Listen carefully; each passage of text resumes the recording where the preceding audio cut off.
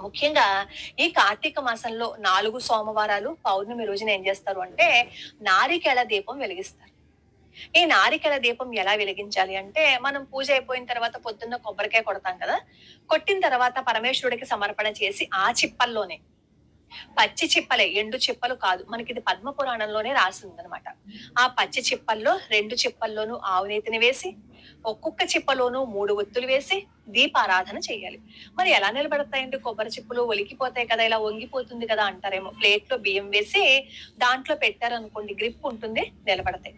అవేమో దీపారాధన వెలిగించండి. దీపారాధన అయిపోయిన తర్వాత ఆ కొబ్బరి చిప్పలు ఏం చెయ్యొచ్చు? అది మీ ఇష్టం. మీరు ఇంట్లో వినియోగించుకున్నా సరే, లేదు అంటే వాటిని ముక్కలు చేసేసి బయట పెట్టేస్తే పక్షులైనా తింటాయి.